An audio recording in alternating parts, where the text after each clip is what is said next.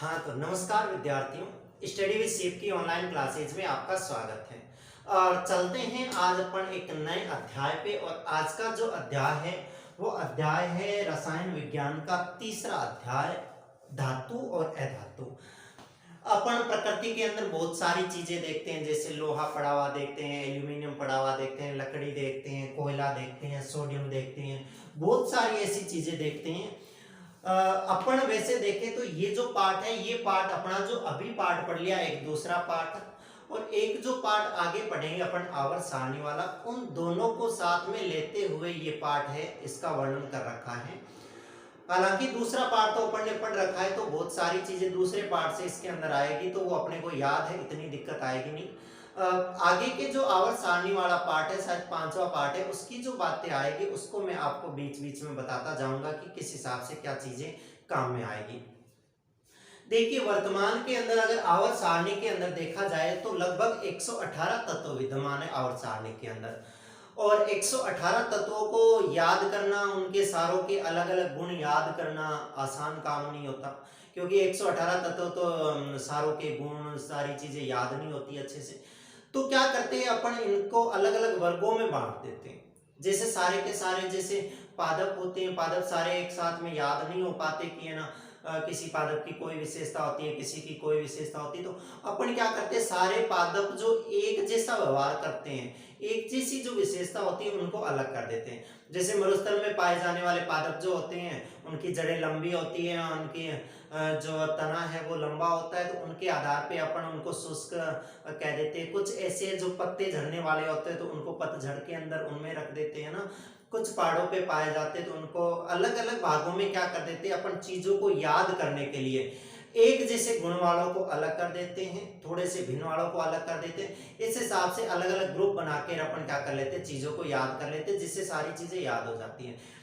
ऐसे ही आवर्त सारणी को याद करने के लिए, हालांकि ये धातु अधातु वर्गीकरण ही है तत्वों का, उन्होंने क्या किया कि धातुएं हैं जो एक जैसा गुण प्रदर्शित करती है तो इनको अलग रख दो, और कुछ एक जैसा अलग गुण प्रदर्शित करती है तो उनको अधातु के अंदर रख दो। तो मेन इस पार्ट के अंदर धातु और अधातु दोनों हैं। धातुएं लगभग एक जैसा गुण दर्शाएगी, अधातुएं लगभग एक जैसा गुण दर्शाएगी। कुछ ऐसी हैं जो ये दोनों ही गुण दर्शाते हैं तो उनको एक ही अलग वर्ग बना दिया, उपधातु बना दिया, उनमें रख दिया उपधातु के अंदर। अपन इसके अंदर पढ़ेंगे तो इस पार्ट की ये कमी है कि इसके अंदर जगह जगह ज्यादातर अपवाद आते जाएंगे। जैसे अपन पढ़ेंगे कि है ना, सभी धातुएं जो होती है वो ठोस अवस्था में होती है, परंतु इसके साथ में भी अपन पढ़ेंगे कि पारा Hg होता है, मरकरी जो होती है वो द्रव अवस्था में भी पाई जाती है। अपन पढ़ेंगे सारी की सारी धातुएं जो होती है वो कठोर होती है, परंतु एक सोडियम धातु होती है जो क्या होती है, मुलायम होती है।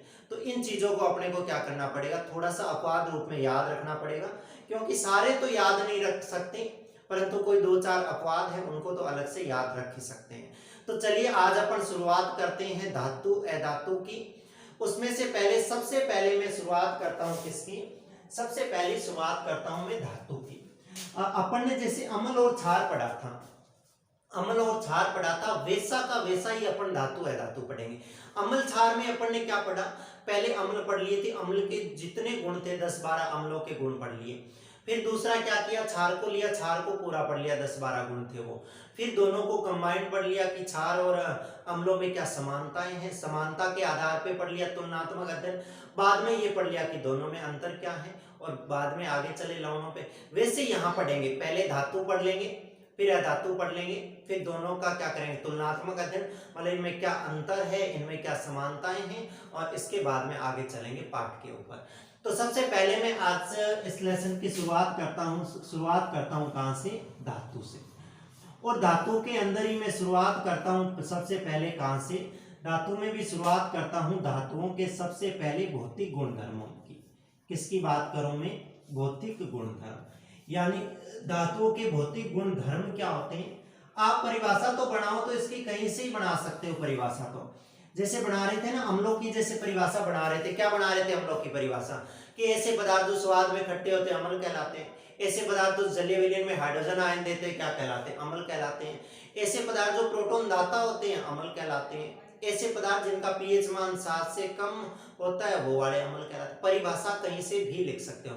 तो ऐसी धातु है, ऐसे पदार्थ जो ठोस होते हैं, ऐसे पदार्थ जो कठोर होते हैं, है ना, ऐसे पदार्थ जो चमकीले होते हैं वो सारे धातु कहलाते हैं। तो ऐसे याद कर लेंगे, परिभाषा तो कैसे ही लिख देंगे अपन आगे चलते हैं, इनके भौतिक गुणधर्म पढ़ते हैं कि भौतिक गुणधर्म क्या होंगे, परिभाषा इसमें से आ जाएगी। तो मैं भौतिक गुणधर्म लिखता जाता हूं और साथ साथ में आप भी लिखते जाना और इनको याद रखना है। मैं लगभग 7, 8 से 10 तक गुणधर्म लिखूंगा, वो याद रखने। सबसे पहला ये देखो कि धातुएं जो होती है ना, धातुएं शुद्ध रूप में, मैं पूरा ही लिखता हूं, देखो बाद में मैं शॉर्ट में लिखने लग जाऊंगा।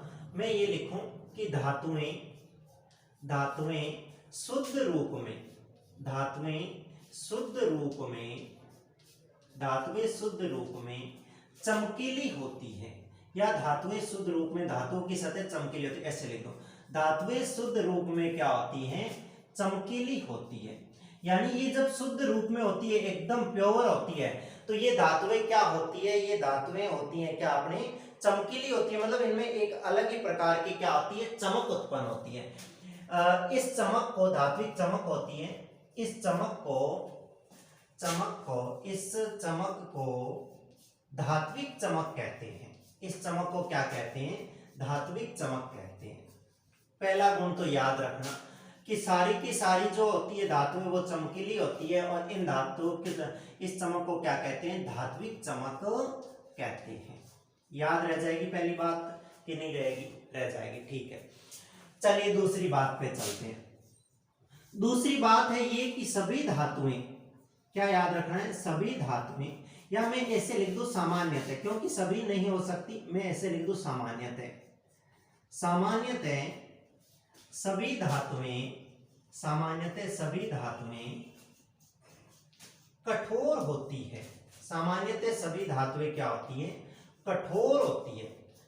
कठोर होती है इसका मतलब इनको चाकू से अपन आसानी से काट नहीं सकते। लोहे को अगर चाकू लेके बैठ जाए ना, चाकू से आसानी से काट नहीं सकते। तो सामान्यतः सभी धातुएं होती है वो क्या होती है, कठोर होती है। तथा सभी धातुओं की कठोरता अलग अलग होती है, तथा सभी धातुओं की कठोरता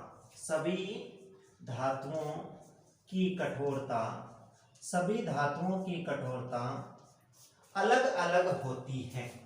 सभी धातुओं की कठोरता क्या होती है, अलग अलग होती है। लोहा होता है उसकी कठोरता अलग होती है, चांदी होती है उसकी अलग होती है, तांबा होती है उसकी अलग होती है, सारी धातुएं होती है उनकी जो कठोरता होती है वो क्या होती है, अलग अलग होती है। आप याद रखना चाहो तो रख लो, नहीं तो अपने नहीं लिखा हुआ सिलेबस के अंदर कि सभी धातुएं कठोर होती है, परंतु एक ऐसी धातु है सोडियम, जो क्या होती है, सोडियम जो धातु होती है ये क्या होती है, मुलायम होती है। इसको अपन चाकू से आसानी से काट सकते हैं सोडियम को। चलिए अगला तीसरा गुण देखते हैं। तीसरा गुण है कि सभी धातुएं, सामान्यतः लिखते जाना, सामान्यतः सभी धातुएं ठोस अवस्था में होती है। सामान्यतः सभी धातुएं किस अवस्था में होती हैं, ठोस अवस्था में होती है। जानते हैं ना पदार्थ की 3 अवस्थाएं होती है सामान्यतः, वैसे तो 5 अवस्थाएं होती है। ठोस की 3 अवस्था होती है, पदार्थ की ठोस, द्रव और गैस। तो सभी धातुएं वो कैसी होती है, ठोस अवस्था में होती है।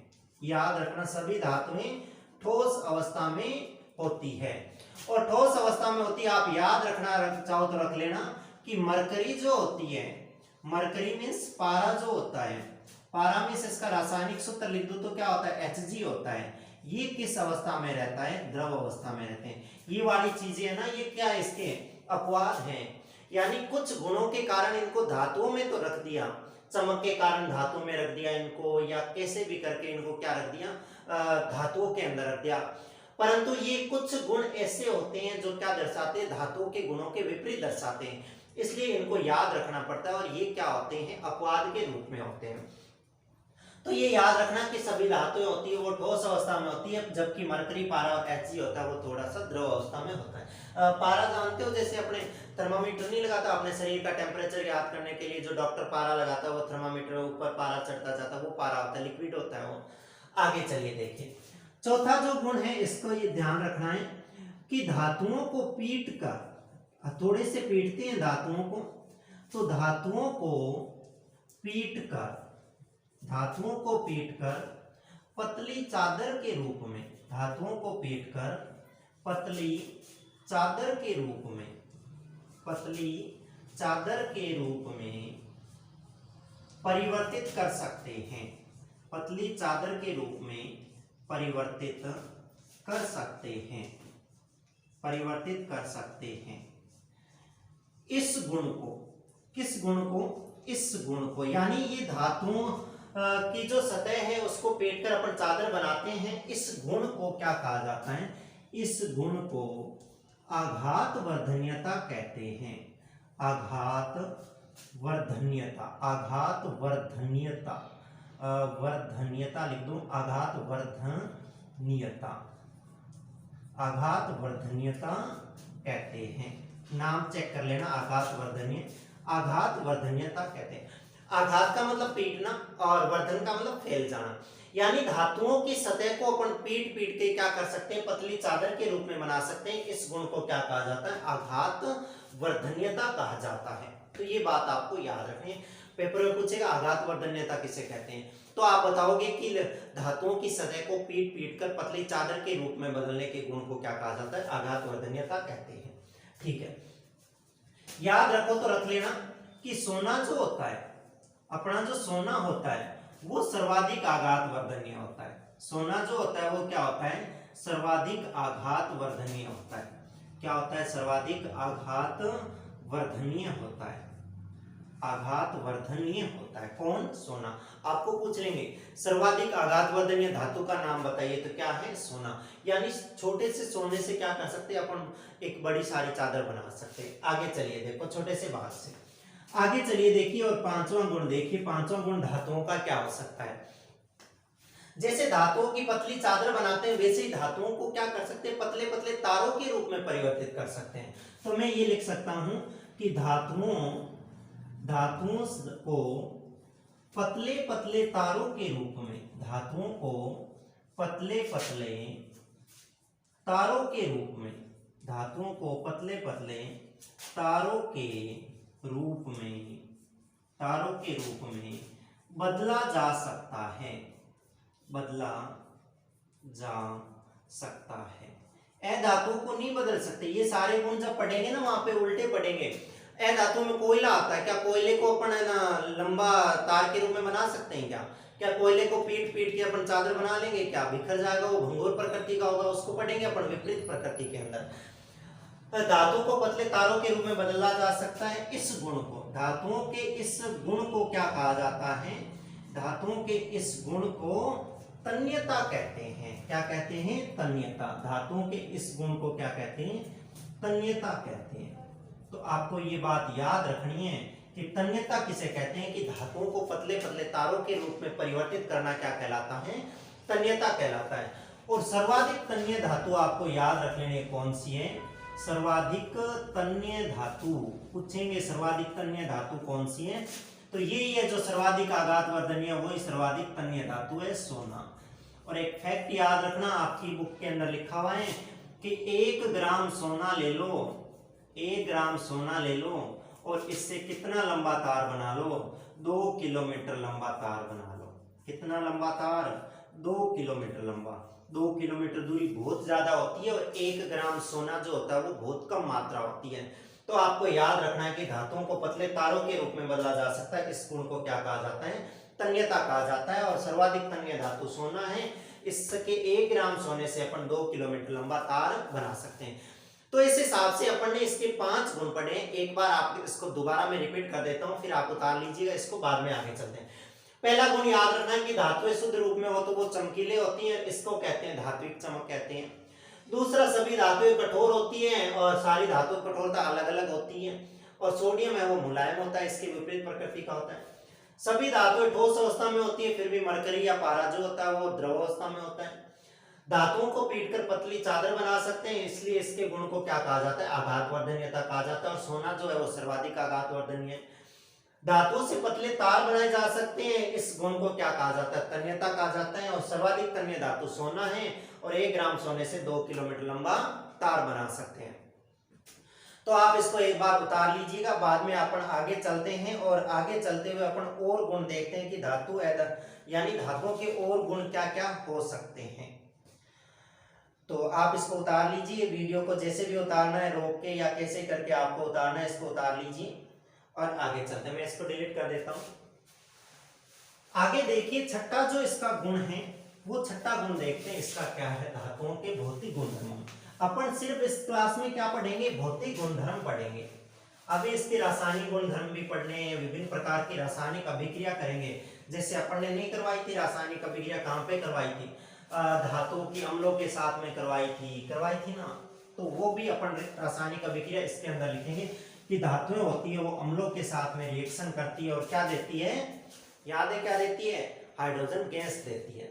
चलिए छठा जो गुणधर्म है वो छठा गुणधर्म अपन लिखते हैं कि धातुएं जो होती है, धातुएं सामान्यतः, मैं ऐसे सामान्यतः नाम लिखता हूं क्योंकि जिससे कोई अपवाद है वो ना लिखा जाए। धातुएं सामान्यतः विद्युत तथा उष्मा की, मैं दोनों साथ में ही लिख देता हूं, बुक में अलग अलग लिखा हुआ है। धातुएं सामान्यतः विद्युत तथा उष्मा की सुचालक होती है। सुचालक बोल दो चाहे चालक बोल दो एक ही बात है। विद्युत की या उष्मा की क्या होती है, सुचालक बोल दो या क्या बोल दो, चालक बोल दो। उष्मा या विद्युत की सुचालक या चालक होती है। याद रखना कि इसके अंदर क्या होती है, उष्मा या विद्युत का चालन हो सकता है। इसलिए देखो अपन बर्तन बनाते हैं, घरों में जो बर्तन होते हैं वो किसके होते हैं, सिल्वर के होते हैं, तांबे के होते हैं। तो मैं यहाँ पे लिख सकता हूं कि क्या, सिल्वर और तांबा जो है, सिल्वर और तांबा है, ये सर्वाधिक क्या है, ये सर्वाधिक उष्मीय चालक है। उष्मा के प्रति सर्वाधिक चालकता होती है। तो आपको पूछ ले सर्वाधिक उष्मीय चालक धातुएं कौन सी हैं, तो आपको बताना है कि सर्वाधिक उष्मीय चालकता जो होती है वो किन धातुओं के अंदर होती है, सिल्वर और तांबे के अंदर होती है। इसके बाद में आगे चलें तो देखिए अपने दो धातु और होती हैं। दो धातुएं कौन कौन सी होती है, देखिए एक तो होती है लेड और एक होती है कौन सी, मरकरी। अभी पीछे पढ़ा था मरकरी जो है वो द्रव अवस्था में होती है, बाकी सारी की सारी किस में होती है, ठोस अवस्था में होती है। लेड का आप सूत्र जानते हो, आपने पीछे पढ़ रखा होगा Pb, और मरकरी का सूत्र आप जानते हो, अभी लिखा था मैंने क्या, Hg। ये जो होती है धातुएं फिर भी ये उष्मा की क्या है, कुचालक है। ये उष्मा की क्या है, कुचालक है। आपको याद रखना है क्या, आपको पूछेंगे कि ऐसी दो धातुओं के नाम लिखिए जो उष्मा की क्या कुचालक है, मरकरी और लेड। आपको पूछेगा कि है ना सर्वाधिक उष्मीय चालक धातुओं के नाम लिखिए, सिल्वर और तांबा। तांबा कह दो या इसको क्या कह दो, कॉपर कह दो, है ना, सिल्वर या कॉपर। सिल्वर का सूत्र Ag और कॉपर का सूत्र क्या आ जाएगा, Cu, कॉपर। याद रह जाएगी इतनी बातें, ठीक है। आगे चलते हैं, देखो आगे चलते हैं और सातवां गुणधर्म पढ़ते हैं। सातवां गुणधर्म क्या है, देखिए ये धातुएं होती है, धातुओं का जो गलनांक होता है वो उच्च होता है। धातुओं का गलनांक जो होता है वो उच्च होता है, धातुओं का गलनांक उच्च होता है। यानी इनको बहुत ज्यादा जब तापमान देते हैं तब जाके ये वस्तुएं क्या होती है, पिघलती है। जैसे लोहा है, लोहे को पिघलाना है तो बहुत ज्यादा उसको तापमान की आवश्यकता होगी, तब जाके वो क्या होंगे, पिघलेंगे। तो इन धातुओं का को जो गलनांक होता है वो क्या होता है, उच्च होता है। अपने अपवाद नहीं लिखे, ऐसी भी धातुएं होती है जिनको अपने शरीर के तापमान से वो क्या होती है, पिघल जाती है। हाथ में रखो वो पिघल जाती है। आगे चलते हैं देखिए और आगे आठवां गुणधर्म पढ़ते हैं। आठवां गुणधर्म क्या है, देखिए आठवां गुणधर्म ये है कि ये धातुएं होती है अगर किसी ठोस सतह से टकरा जाए तो ये क्या करती है, ध्वनि करती है। जैसे लोहा है, लोहा अगर कहीं गिर जाए तो कितनी जोर से आवाज करता है। तो ये गुण जो है ये क्या कहलाता है, ध्वनिकता या सोनोरस कहलाता है। देखिए मैं लिखता हूं धातुएं, मैं क्या लिखूं, धातुएं ठोस सतह से टकराकर, धातुएं ठोस सतह से टकराकर, ठोस सतह से टकराकर ध्वनि उत्पन्न करती है। ठोस सतह से टकराकर क्या करती है, ध्वनि उत्पन्न करती है, ध्वनि उत्पन्न करती है। इस गुण को, किस गुण को, इस ध्वनि उत्पन्न करने के गुण को, इस गुण को ध्वनिकता, इस गुण को क्या कहते हैं, ध्वनिकता। इस गुण को ध्वनिकता, अथवा इसका नाम याद रखना क्या, सोनोरस। इस गुण को ध्वनिकता अथवा सोनोरस कहते हैं। ध्वनिकता अथवा सोनोरस कहते हैं। यानी जैसे अपन क्या करते हैं, आपको पूछेगा इसी गुण के कारण, मैं लिखता हूं देखो, इसी गुण के कारण, इसी गुण के कारण स्कूल, इसी गुण के कारण स्कूल एवं मंदिर की घंटी, स्कूल एवं मंदिर की घंटी धातु की बनाई जाती है। मंदिर की घंटी धातु की बनाई जाती है, बनाई जाती है। आपको पूछ लेंगे कि है ना, मंदिर और स्कूलों की जो घंटियां होती है वो धातु की क्यों बनाई जाती है, तो अपन पढ़ेंगे कि वो जो होती है एक का हथौड़ा लेते हैं और उससे घंटी पे मारते हैं तो दो ठोस सतह आपस में टकराती है, तो क्या होता है, उससे ध्वनि उत्पन्न होती है। ध्वनि उत्पन्न होती है तो पता चलता है कि हाँ क्लास लग गई या जो भी हो गया।